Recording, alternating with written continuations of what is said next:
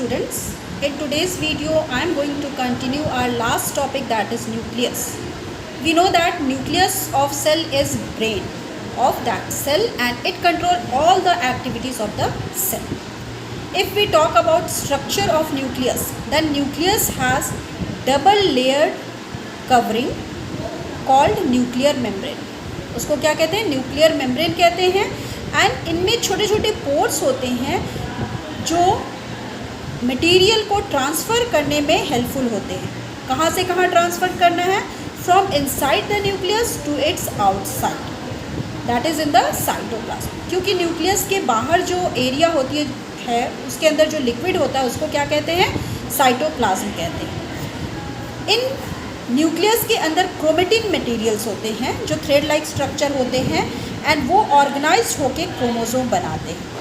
Chromosome information को carry करता है एंड उन इंफॉर्मेशन को पेरेंट से बच्चों में ट्रांसफ़र करता है in the form of DNA. Full form of DNA is deoxyribonucleic acid. So we can say that chromosome are composed of DNA and protein, okay, and the functional segment of DNA are called genes. आप देख सकते हो ये जो मैंने structure draw की है, this is DNA. ये लेटर लाइक स्ट्रक्चर होती है एंड इसकी एक segment,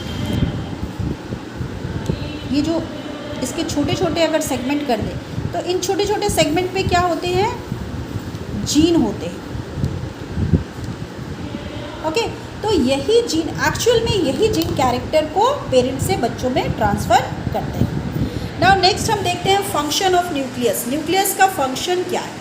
nucleus plays a crucial या central role in cellular reproduction. Means reproduction में न्यूक्लियस एक इम्पॉर्टेंट रोल प्ले करता है.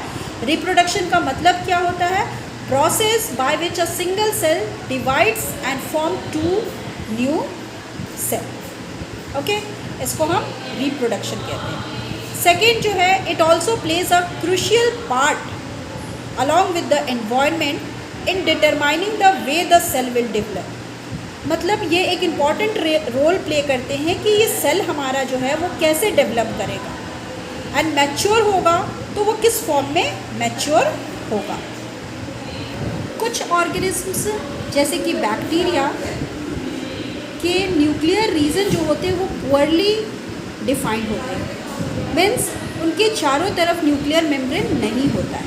न्यूक्लियर मेम्ब्रेन न्यूक्लियर मटेरियल को कवर करके रखता है, बट अगर ये न्यूक्लियर मेम्ब्रेन ही नहीं होगा तो उस ऑर्गेनिज्म का जो न्यूक्लियर रीजन होगा वो पुअरली डिफाइंड होगा.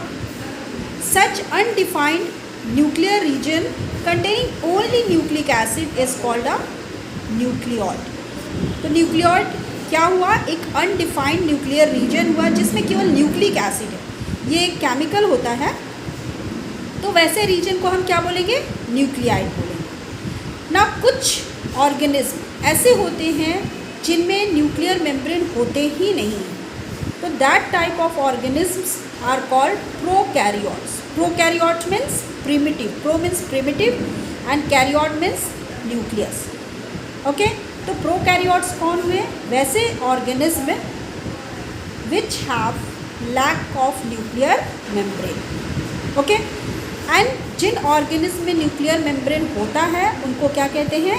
यूकैरियोट्स कहते हैं. ओके, प्रोकैरियोटिक सेल में न्यूक्लियर मेम्ब्रेन के अलावा और भी सेल ऑर्गेनिल्स जो होते हैं वो एब्सेंट होते हैं. जैसा कि अभी हमने देखा, जो प्रोकैरियोट्स होते हैं उनमें न्यूक्लियर मेम्ब्रेन नहीं होता है एंड यूकैरियोट्स में न्यूक्लियर मेम्ब्रेन होते हैं. प्रोकैरियोटिक सेल जो होते हैं उनमें बहुत सारे ऑर्गेनिल्स जो होते हैं एब्सेंट होते हैं, जबकि यूकैरियोट्स में प्रेजेंट होते हैं. सेल ऑर्गेनिल के बहुत सारे फंक्शंस जो होते हैं वो साइटोप्लाज्म में परफॉर्म कर लेता है. Now next topic is cytoplasm. आप सभी जानते हैं किसी भी सेल के न्यूक्लियस के चारों तरफ जो लिक्विड सब्सटेंस होते हैं उनको साइटोप्लाज्म कहते हैं. Means cytoplasm is the fluid content inside the plasma membrane.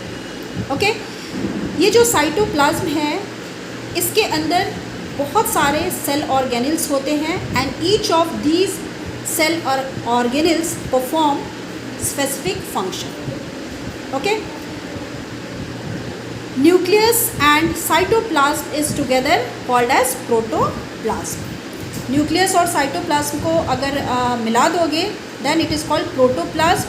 And जो भी important cell organelle in cytoplasm में होती है वो होती हैं endoplasmic reticulum, Golgi apparatus, lysosome, mitochondria, plastids, vacuoles etcetera.